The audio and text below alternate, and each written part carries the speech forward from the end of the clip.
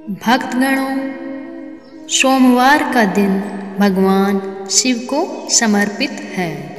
इस दिन व्रत करने से शिव भक्तों की सारी मनोकामनाएं पूर्ण हो जाती है।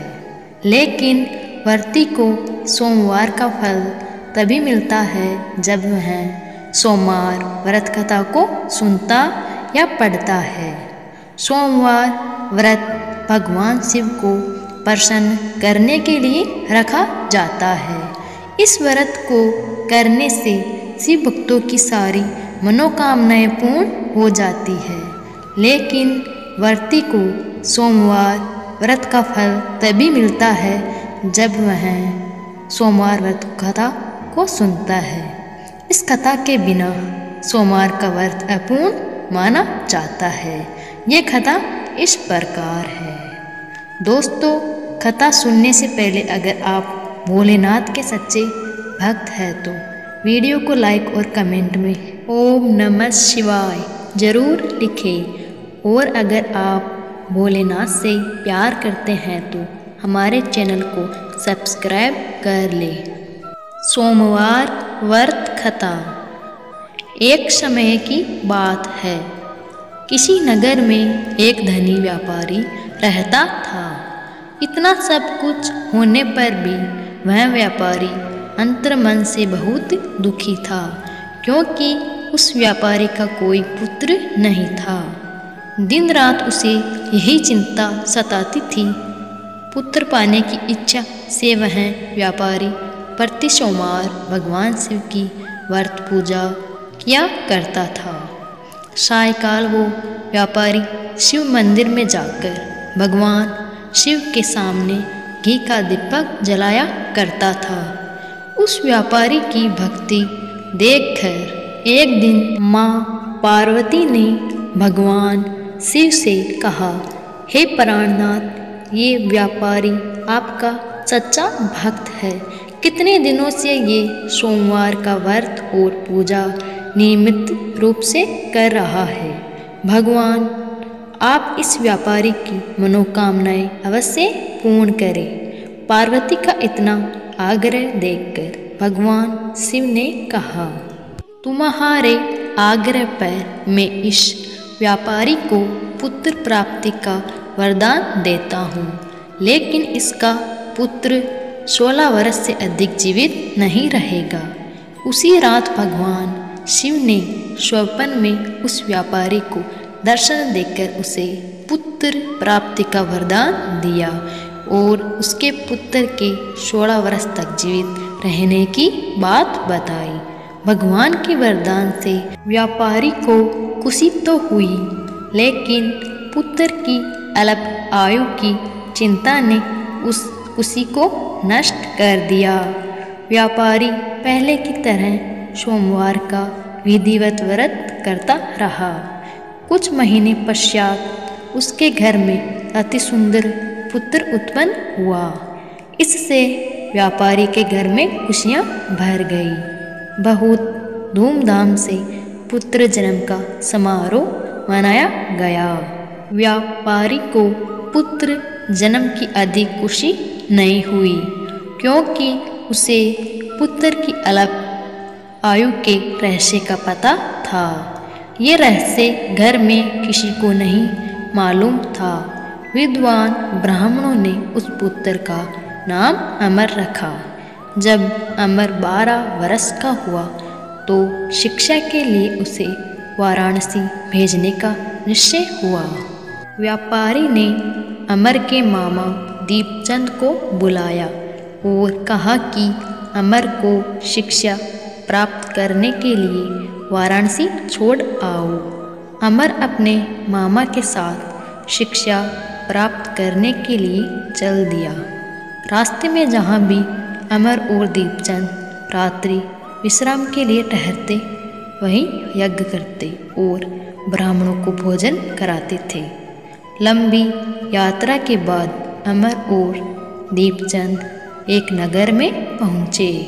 उस नगर के राजा की कन्या के विवाह की खुशी में पूरे नगर को सजाया गया था।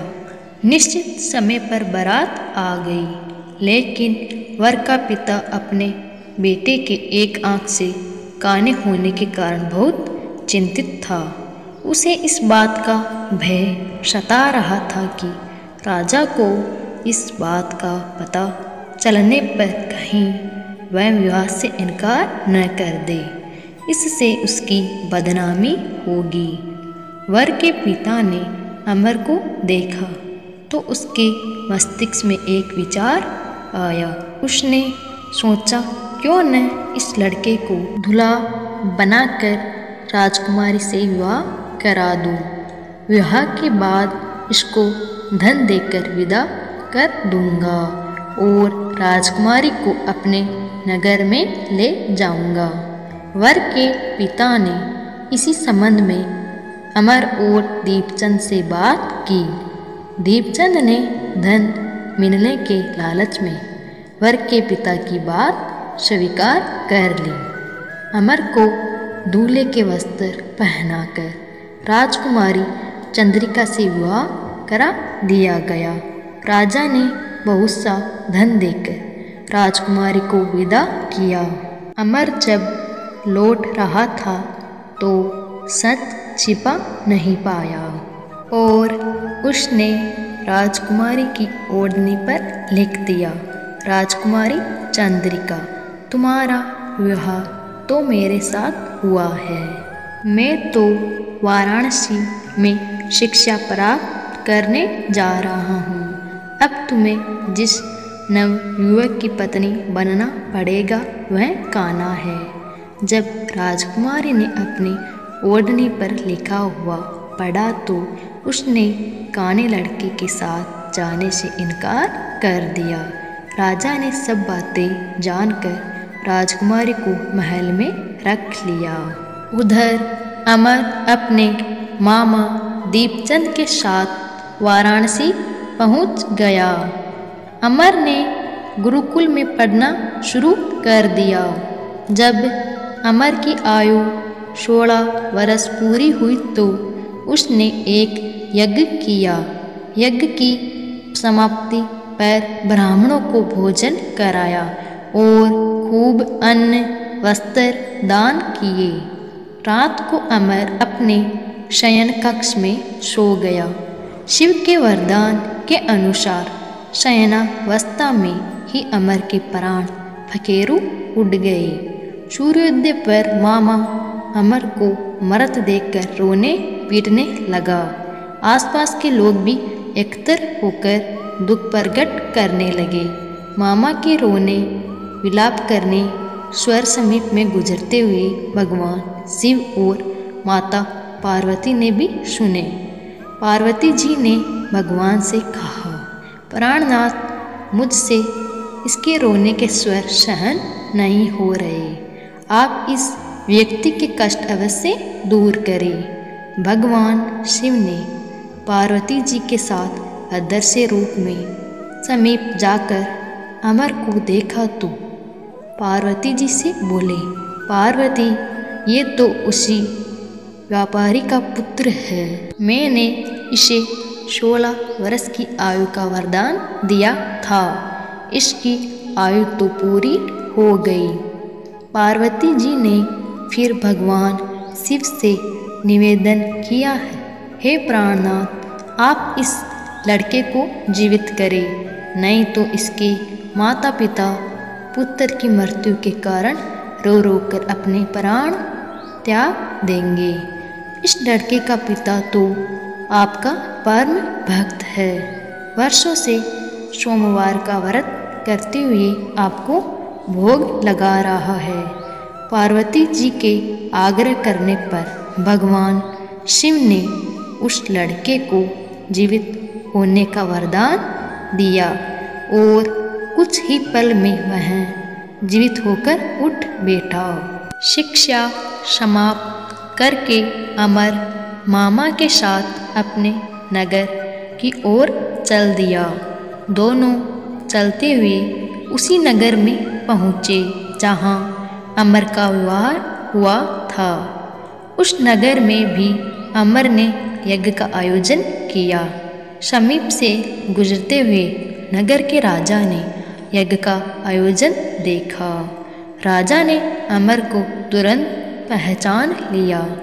यज्ञ समाप्त होने पर राजा अमर और उसके मामा को महल में ले गया और कुछ दिन उन्हें महल में रखकर बहुत सा धन वस्त्र देकर राजकुमारी के साथ विदा किया।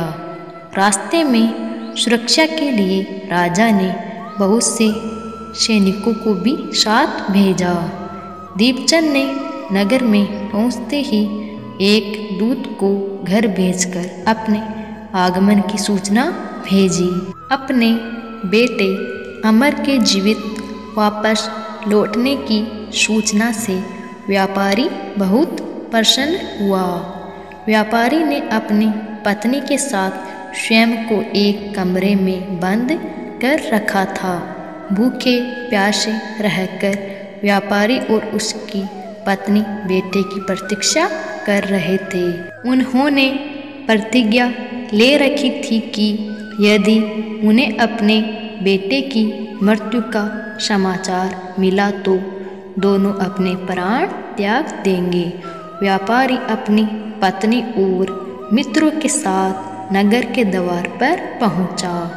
अपने बेटे के विवाह का समाचार सुनकर पुत्रवधू राजकुमारी चंद्रिका को देखकर उसकी खुशी का ठिकाना न रहा। उसी रात भगवान शिव ने व्यापारी के स्वप्न में आकर कहा, हे श्रेष्ठी, मैंने तेरे सोमवार के व्रत करने और व्रत कथा सुनने से प्रसन्न होकर तेरे पुत्र को लंबी आयु प्रदान की है। व्यापारी बहुत प्रसन्न हुआ।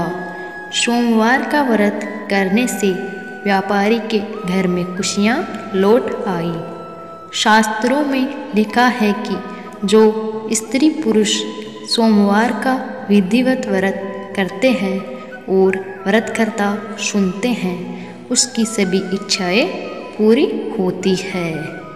दोस्तों, ऐसी ही कथाएं सुनने के लिए हमारे चैनल अतरंगी स्टोरीज को सब्सक्राइब कर लें और वीडियो को अंत तक देखने के लिए धन्यवाद।